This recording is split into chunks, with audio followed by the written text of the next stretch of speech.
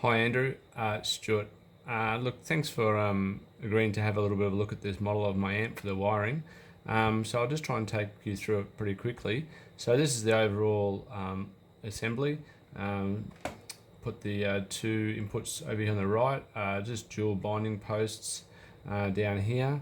And if we take the case off, you can see here, this is sort of the overall assembly of the case. Power supply, that'll be the left and the right boards, and then this is my sort of power supply rectification board.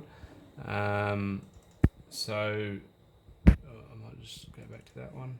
So yeah, so my AC sort of comes in here, goes in underneath there through the ground lift, and then down behind here is sort of like a board that manages the speaker protection boards that are down in here, and through the back here is that there. So if we just section through there, that's sort of my management board. It's got a power supply on there that manages the switch. So the power switch is down here, and the LED indicator, standby indicator light is down there. So this board sort of just manages that with the speaker protection. And then this comes across to the soft start, has my remote load resistor in there with the thermal fuse gets mounted in there. And then these are both the speaker protection boards. This is the left and the right speaker protection boards. And yeah, so this is sort of the power supply. It's sitting on a sort of a block to allow me to run the cables neatly through here without having to, yeah, just makes it a little bit neater. Like I showed you before, this is the power supply rectification board, dual bridge rectifiers, and this is the, like I've just started work on one of these T arrangements that, like you described. I'm sort of going to mount it up there. But just to take you through the inputs, we've basically got the 240 comes in here, goes through here. There's a relay that controls its output.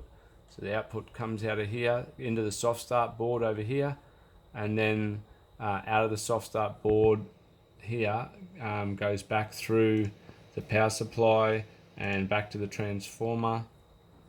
And yeah, so back to the transformer, and then when it comes out of the transformer, it goes up here into here. This is the input to the DC board, okay, and then we've got our VCCs on the side here, two VCC rails and the two VE rails over here.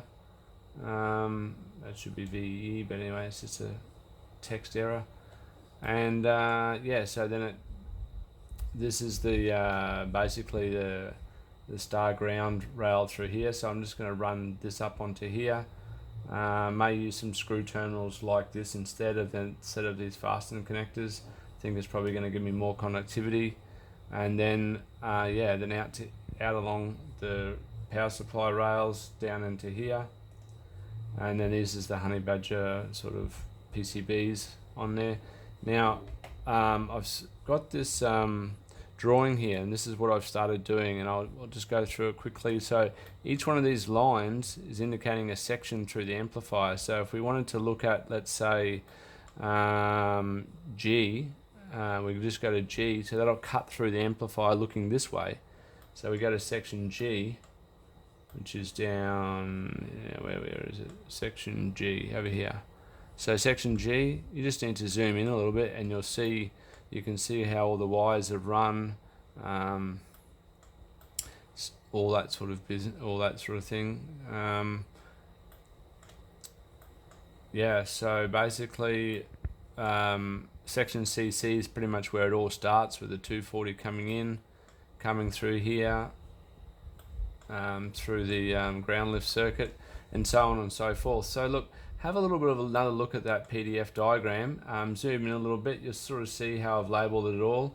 These little circles just indicate a change of direction. So if you can't see what's going on, you just need to go to a different view. So that's changing of direction. And yeah, you just need to go to another view like this one over here, which will show you that it's going up now, and then when that one's there is when it's going back the other way. So that's what all that sort of stuff means. Yeah, so hopefully that all makes sense, and we can chat a little bit more online. Thanks very much, Andrew.